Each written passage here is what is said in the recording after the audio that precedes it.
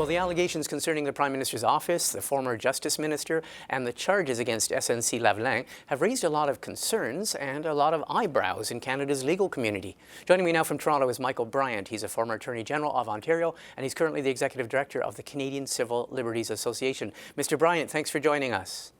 My pleasure. I want to ask you, first of all, when you heard these allegations, when you first were made aware of the nature of the allegations of the Prime Minister's office allegedly being involved in trying to influence the charges against SNC-Lavalin, what was your reaction? Well, I wondered what the Prime Minister's response would be, and I wondered what the former Attorney General's response would be, because I knew that if true, these allegations are the kind of things that governments fall over. And the first thing that jumped to mind is that I wonder if a police investigation is already underway or whether one will start soon.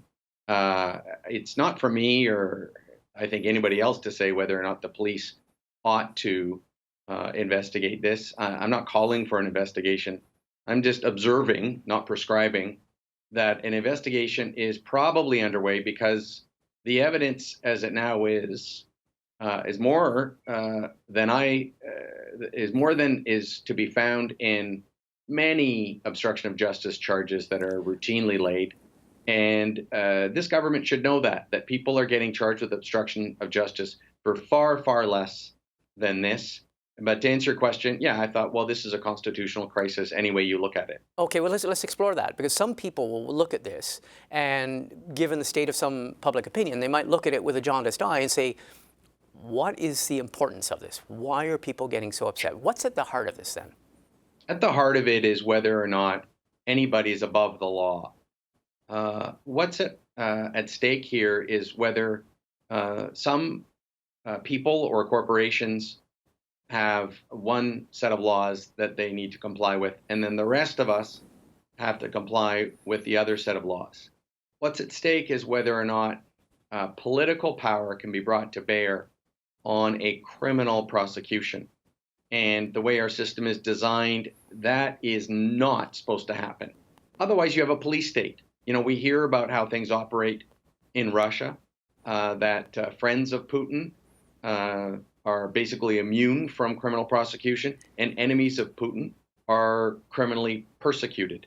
And that's how it works in a dictatorship. Well, that's not what we have in Canada. It doesn't work that way. Okay, what about the fact that we do have a law on the books, and I want to explore this with you. We do have a law on the books since 2018, which allows this remedial option, which allows, right, in criminal charges, the Director of Public Prosecutions can opt for a remedial thing where one pays a fine and one's corporation is not completely, prone to all of the criminal sanctions of being found guilty. Now, we know that the Director of Public Prosecutions is not accepting that, and neither did former Justice Minister Jody Wilson-Raybould. But what's the problem? Is it the alleged intervention in this whole decision?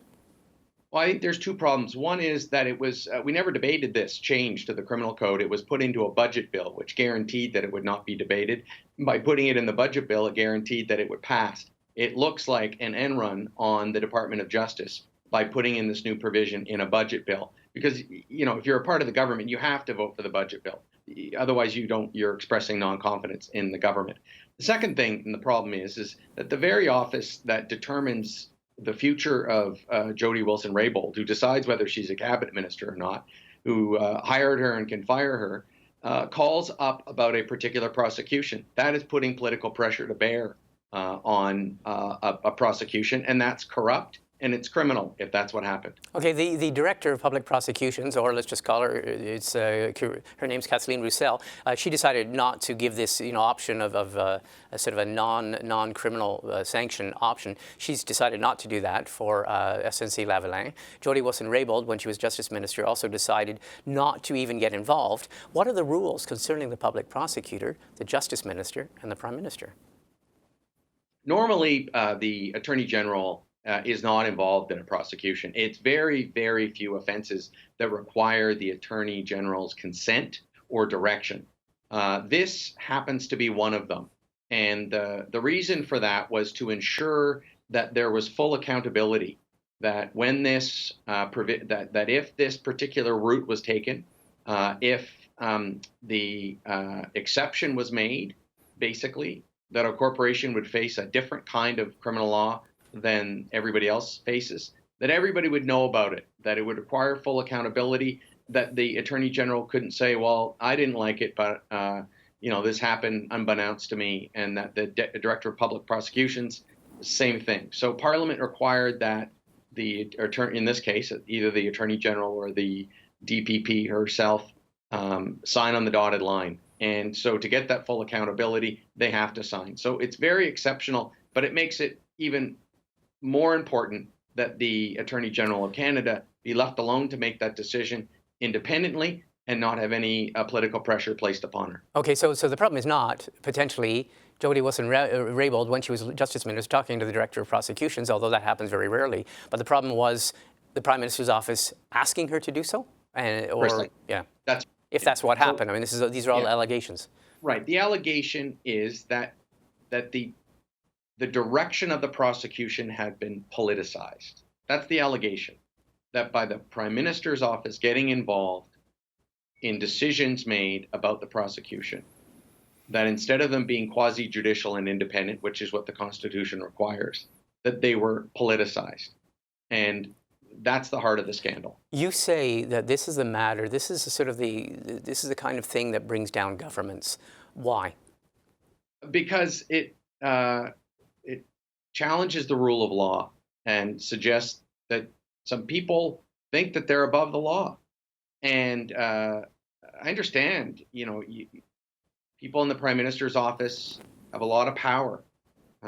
They have assistants and scheduling assistants and people to drive them around, and they can decide if somebody's an ambassador or a judge, and they can decide if someone's a cabinet minister or not. And they have enormous powers. And, sometimes hubris kicks in, and they think that somehow they're above the law. And that's not the way it works. You're not supposed to do that.